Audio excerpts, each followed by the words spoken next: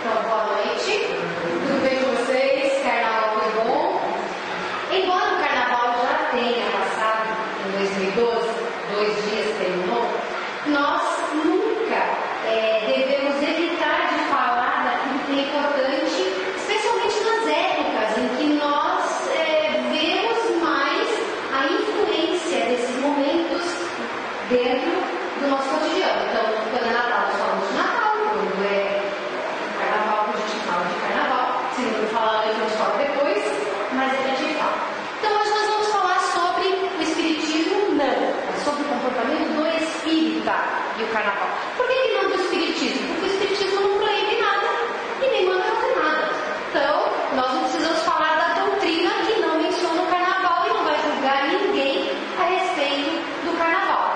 Mas, quanto ao espírita, nós podemos verificar algumas coisas a respeito. E a gente começa citando a pergunta 768 do Livro dos Espíritos, onde Kardec pergunta: o homem, ao procurar viver em sociedade, apenas obedece a um sentimento pessoal ou há um objetivo providencial mais geral?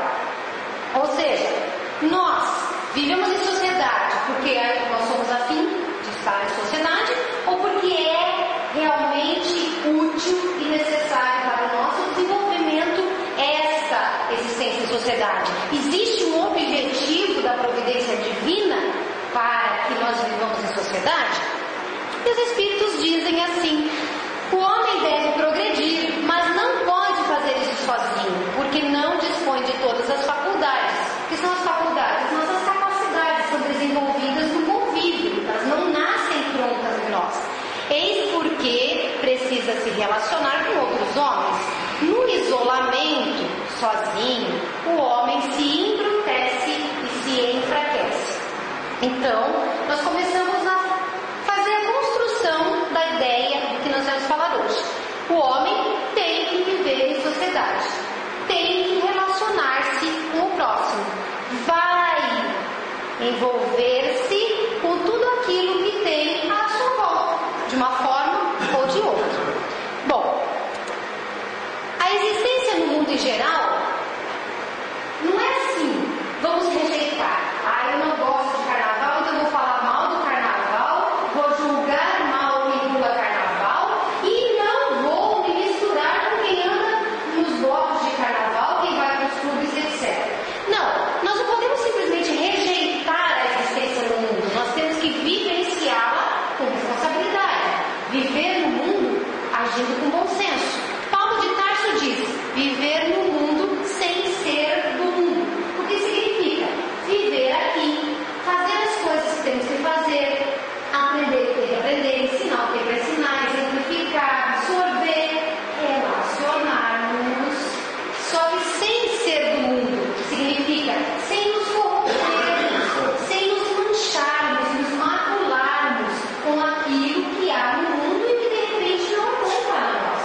Então, lá 50 anos mais ou menos depois de Jesus, vem Paulo de Tarso e fala essa frase que é atualíssima: viver no mundo sem ser do mundo.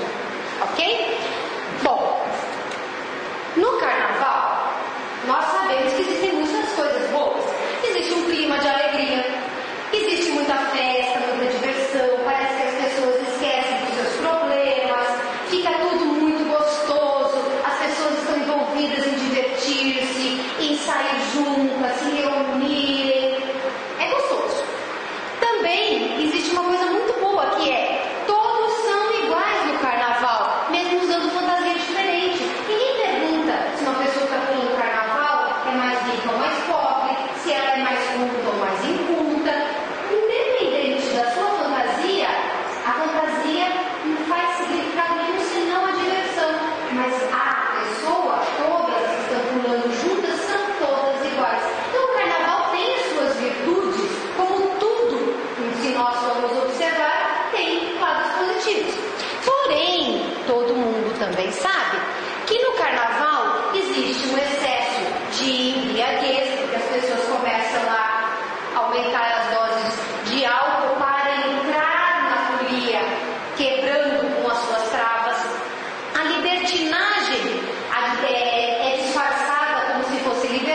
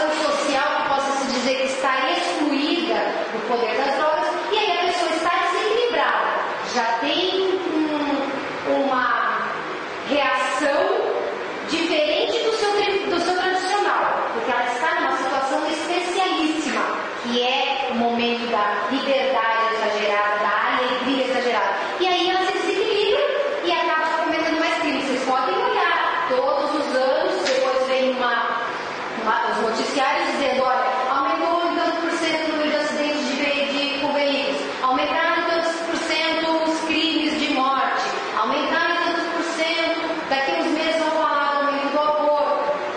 Nessa época, quantas pessoas, por causa da empolgação, também vão acabar tendo seus relacionamentos sexuais com estranhos, com pessoas que não conhecem, apenas por causa do clima, desse momento eufórico, onde toda essa liberdade que virou libertinagem acaba tirando os freios, o equilíbrio, e aí as mulheres, que nesse caso são penalizadas mais, porque não conseguiram controlar-se também, acabam sendo ou mães solteiras, ou então daqui a um pouco de tempo provocando os seus abortos. Então tudo isso é o lado negativo do carnaval. Podemos olhar os dois lados.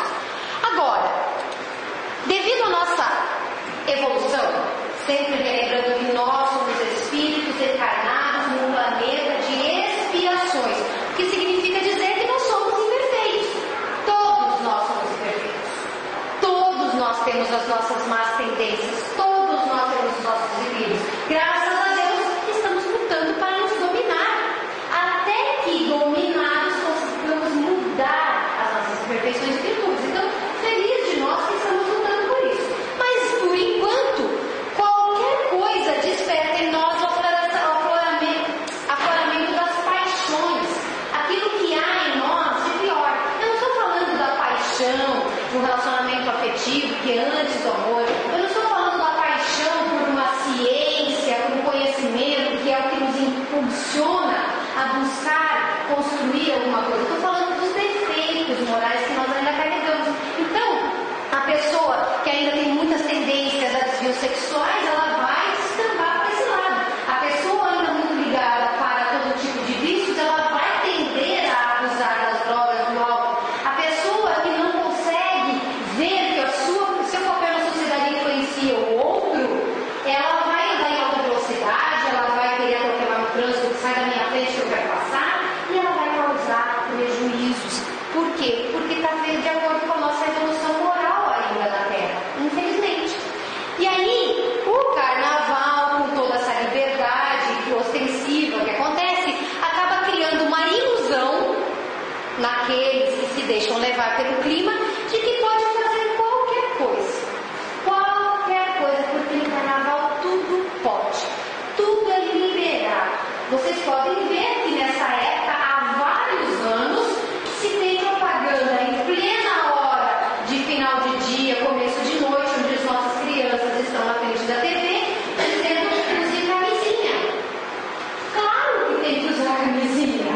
Porém, o que significa isso? Significa dizer o seguinte: você que vai tomar carnaval, vai se encontrar com alguém que você não conhece, ou que você conhece, talvez não se relacione, e vai fazer o que você não faz com frequência, e vai talvez pegar uma doença sexualmente transmissível, ou ainda, o que eu falei agora há pouco, sobre engravidar e amanhã depois ter a responsabilidade do filho para criar, ou a responsabilidade sobre uma alma que estava encarnada e você impediu, ou a pessoa impediu de nascer. Então, essa falta de consequências, esse poder aparente que nós possuímos ao poder fazer o que quisermos da nossa vida, do nosso corpo no carnaval, é só uma ilusão, porque haverá consequências sim. A responsabilidade não muda. Bom, aí o espírita, que a maioria dos espíritas que não gosta de carnaval, eu não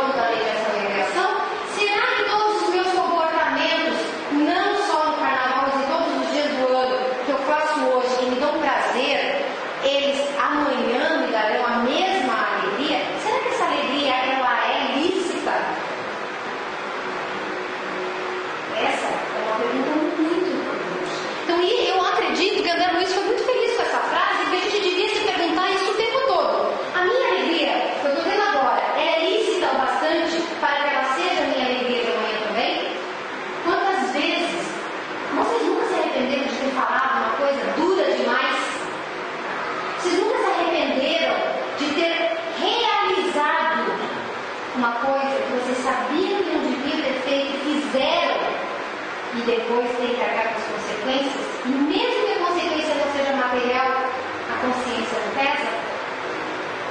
É isso aí. Se a gente pensasse como André Luiz pensa, antes de fazer, nós não teríamos tanto problema. Aí o Livro dos Espíritos, na pergunta 645, pergunta assim, Kardec: quando o homem está de algum modo mergulhado na atmosfera do vício, o mal não se torna um arrastamento quase irresistível? Por que eu trouxe essa questão? Porque vocês podem me dizer: puxa, mas o meu filho de 16 anos, ele quer um carnaval, todo mundo está lá. Eu não consigo recusar de ir com os meus amigos para um baile de carnaval. Gente, veja, nós não estamos criticando quem faz, quem vai. Nós estamos só dizendo que precisa ponderar qual é a escolha que vocês fazem, que nós fazemos. E aí, para que eu trouxe isso? Porque se nós optamos fazer as coisas, a gente tem que saber: será que se eu for, eu sofrerei um arrastamento quase irresistível? Será que eu cairei em tentação? A resposta, parte dela, diz: arrastamento sim, você será tentado. Irresistível, não. Arrastamento, sim. Irresistível, não. Porque em meio à atmosfera do vício encontrais algumas vezes grandes virtudes. São espíritos que tiveram forças para resistir. E ele continua depois dizendo assim: inclusive estes que resistem acabam se tornando exemplos para os demais. Então, dá para ir em qualquer lugar sem se envolver com a atmosfera daquele lugar e cair no arrastamento? Dá. Basta vontade. E eu trouxe aqui, mas existe uma pergunta, a 911, onde Kardec faz a pergunta e os espíritos dizem assim: olha, a grande verdade é que a maioria das pessoas que diz que não consegue, na verdade elas estão bem felizes por não conseguir. Porque o que acontece é que a pessoa não tem vontade de fazer. E quando se tem vontade, a gente não cai em tentação. Não sou eu que estou falando, somos espíritos. E aí muita gente diz, partindo do princípio dessa resposta do 911, que o argumento é que a carne é fraca. Só que a carne pensa, carne toma decisão. Sim, é óbvio que o nosso corpo tem as sensações que vão impulsioná-lo, vão tentar arrastá-lo para determinadas coisas. Porém, quem é que toma decisão? É a carne? Não. Quem toma decisão, quem faz, quem coordena as atitudes que nós vamos tomar somos nós, espíritos, seres inteligentes, racionais, que dominam a vontade do corpo. Porque se o corpo dominasse a nossa vontade, nós nunca progrediríamos. Jamais. Porque o corpo, ele quer mais ter o ato sexual, porque é uma necessidade para a procriação. Porque o corpo tem necessidade de descansar e às vezes se acomoda na preguiça. Porque o corpo, se ele não for impulsionado pela vontade do espírito, não faz o que tem que fazer. Se eu tiver vontade de sentar e não levantar, mas eu não levanto, a vontade é do meu corpo de levantar, ou é minha, eu, espírito, mente, que pensa, que raciocina, que decide. Então nunca digam que a carne é fraca, porque essa é a desculpa mais esfarrapada que a gente pode usar, e qualquer criancinha de 10 anos que aprendeu na aula de filosofia como é que faz um raciocínio básico vai dizer: mas peraí, quem pensa é a sua carne ou é a sua cabecinha? Certo? Bom, diz Manuel Filomeno de Miranda, que é um espírito que o Divaldo psicografa, as obras do Divaldo com esse espírito falam muito e muito bem sobre obsessões. Eu recomendo que qualquer obra, todas as que eu li são muito boas. E aí nesse livro, Nas Fronteiras da Loucura, o Manuel Filomeno de Miranda diz assim: todo carnaval é uma guerra psíquica, onde tantos no mundo espiritual aproveitam para instaurar processos obsessivos que poderão se arrastar por muito tempo a partir de brechas abertas por apenas alguns dias de fugir.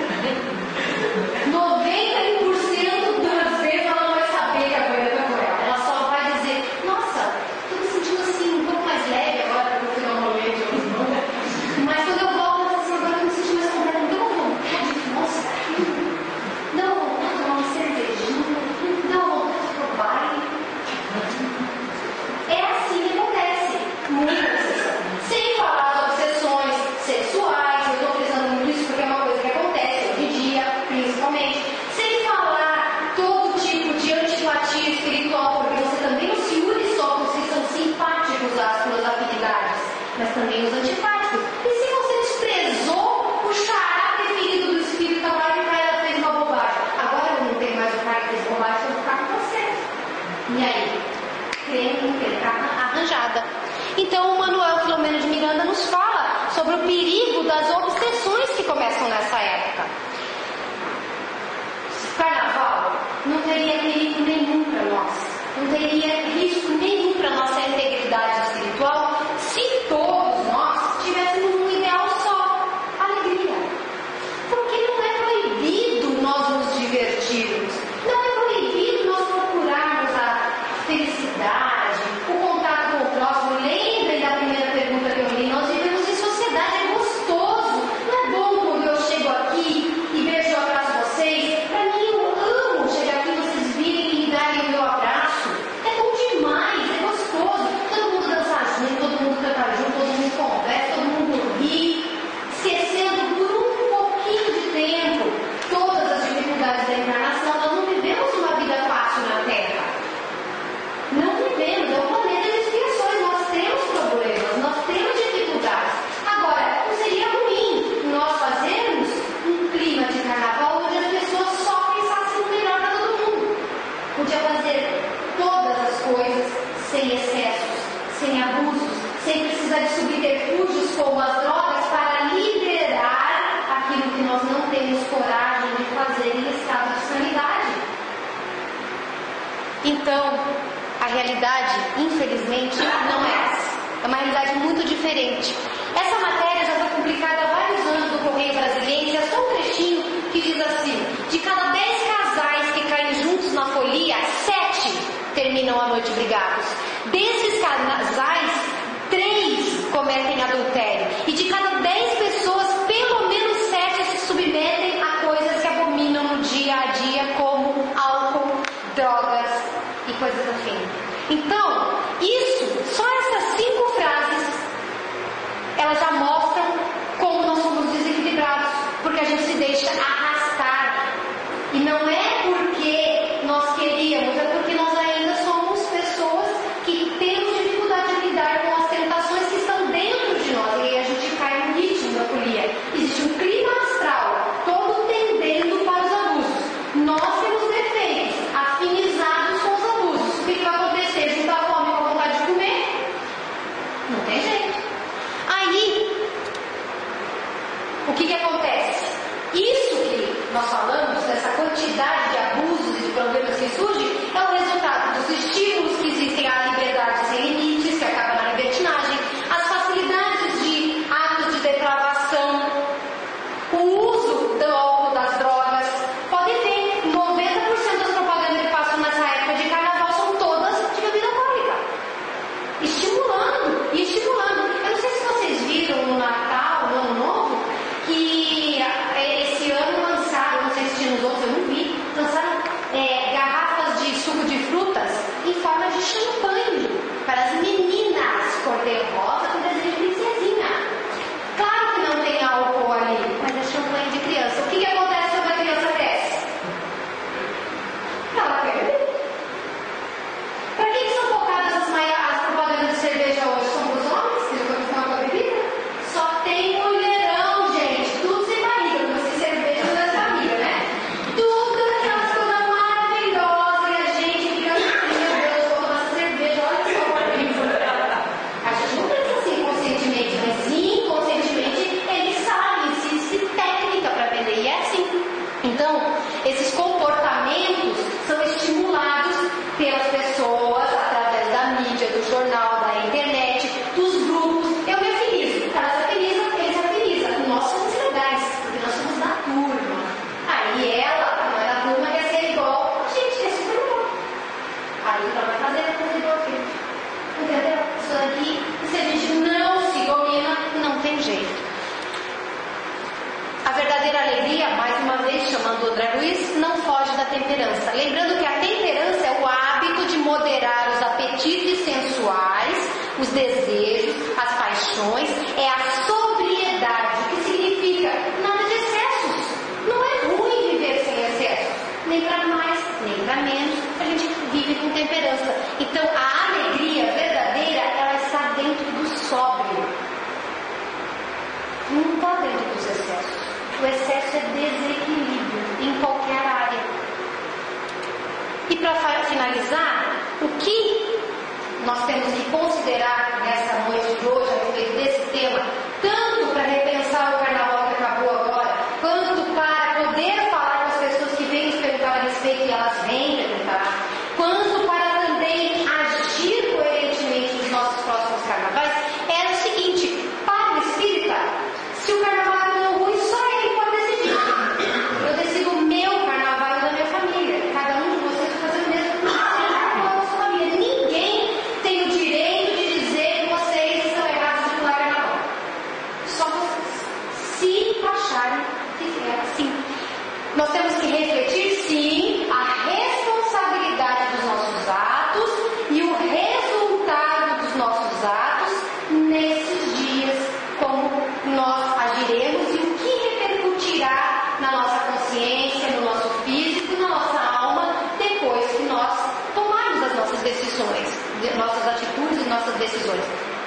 O conhecimento do espírita não justifica mais dizer que é ignorante. Nós temos conhecimento, então nós precisamos ter a responsabilidade de pensar antes de agir conforme a leva da sociedade quer. Lembre-se que quando a gente é comparado com boiada, a gente acha ruim, mas é mais ou menos como nós fazemos. Existe um líder, e aí quando aquele líder é tocado, acho que é tocado, né? Tocar boiada, né? Tocado adiante, todos os outros da boiada seguem. E a sociedade, infelizmente, ainda faz isso com o indivíduo. E nós fazemos parte da boiada sem perceber. Não é isso que eu quero pra mim, tenho certeza que não é o que vocês querem pra vocês. Finalizando, nossa conversa termina aqui. Mas hoje, o meu amigo Macário me pediu uma história que eu amo de paixão. Ele vai contar em algum centro aí, tomara que não seja aqui para vocês escutarem vocês. Mas eu vou aproveitar, porque a história não tem nada a ver com carnaval, nada. Mas eu acho que é uma história que finaliza bem, porque vocês vão ver que eu vou ler, porque ela é bela demais para eu poder contar sem perder a beleza. E aí essa história ela fala do quê? De uma pessoa que está envolvida com as coisas do mundo. Beleza, corpo, perfumaria, todas as coisas que chamam a atenção em carnaval é tudo isso, né? Beleza, corpo, perfumaria, brilho. E aí a história transcorre e vamos ver o que acontece. E eu quero encerrar com essa história para que vocês vejam o seguinte: independente do que nós fizermos, ou melhor, o que já fizemos da nossa vida no passado, o nosso hoje depende de nós. E quando nós, no nosso hoje, decidirmos com quem nós queremos andar, aquele com quem nós queremos andar virá andar com a gente. Então, se vocês me permitem, essa história é do Irmão X no livro Pomos e Apóstolos e se chama No Caminho do Amor. Ela começa assim: em Jerusalém, nos arredores do templo, a adornada mulher encontrou um nazareno de olhos fascinantes e lúcidos, de cabelos delicados e melancólico sorriso, e fixou estranhamente. Arrebatada na onda de simpatia a irradiar-se dele, corrigiu as dobras da túnica muito alta, colocou no olhar expressão de doçura indizível e deixando-se perceber nos meios do corpo frágil a visível paixão que a possuíra de súbito, abeirou-se do desconhecido e falou ciciante: jovem, as flores de séculos encheram-me a ânfora do coração com deliciosos perfumes. Tenho felicidade ao teu dispor em minha loja de essências finas. Indicou a extensa vila cercada de rosa à sombra de um arvoredo acolhedor e adiantou: inúmeros peregrinos cansados me buscam à procura de repouso que reconforta. Em minha primavera juvenil, encontro o prazer que representa a coroa da vida. É que o lírio do vale não tem a carícia dos meus braços e a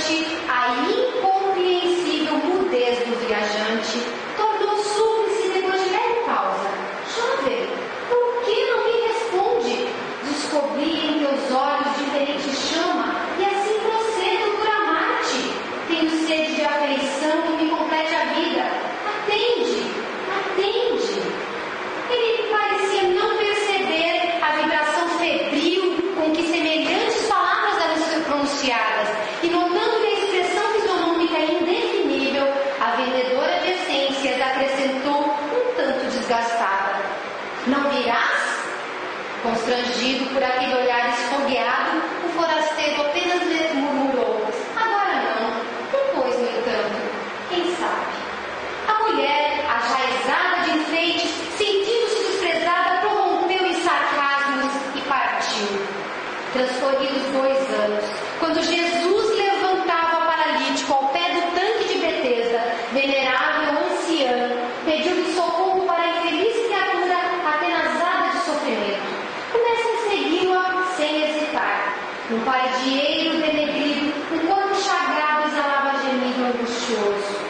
A disputada mercadora de aromas ali se encontrava carcomida de úlceras, de pele enegrecida e rosto disforme.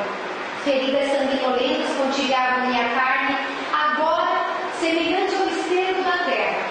Exceção, os olhos profundos e indagadores. Nada mais fora eles lhe restava da feminilidade antiga. Era uma sombra leprosa, de que ninguém ousava se aproximar. Fitou o mestre e reconheceu-o. Era o mesmo mancebo nazareno de porte sublime e atraente expressão. O Cristo estendeu-lhe os braços, tocado de intraduzível ternura, e convidou: venha a mim, tu que sofres, na casa de meu pai nunca se extingue a esperança. A interpelada quis recuar, conturbada de assombro, mas não conseguiu mover os próprios dedos vencidos de dor. O mestre, porém, transbordando de compaixão, prosternou-se fraternal e aconchegou-a de manso. A infeliz reuniu todas as forças que lhe sobravam e perguntou em voz reticenciosa e dorida: tu, o mestre nazareno, o profeta que cura, reanima e alivia, que vieste fazer junto de mulher tão miserável quanto eu sou? Ele, contudo, sorriu benevolente, retrucando apenas: agora eu venho satisfazer-te os apelos. E recordando-lhe a palavra do primeiro encontro, acentuou compassivo: descobrem teus olhos diferente chama. E assim eu procedo por a parte. Eu sempre me emociono com essa história de gosto de perder mas é isso. Jesus está esperando que a gente faça a coisa certa. Ele não vem nos buscar quando a gente está na euforia da vida mundana. Ele vem nos buscar quando nós começamos a descobrir outra chama, a deixar outra chama brilhar dentro de nós. Que Deus abençoe todos vocês que acompanham lá, que vocês tenham se divertido, continuem se divertindo, sempre de consciência tranquila. Que Jesus acompanhe e que Deus nos abençoe sempre.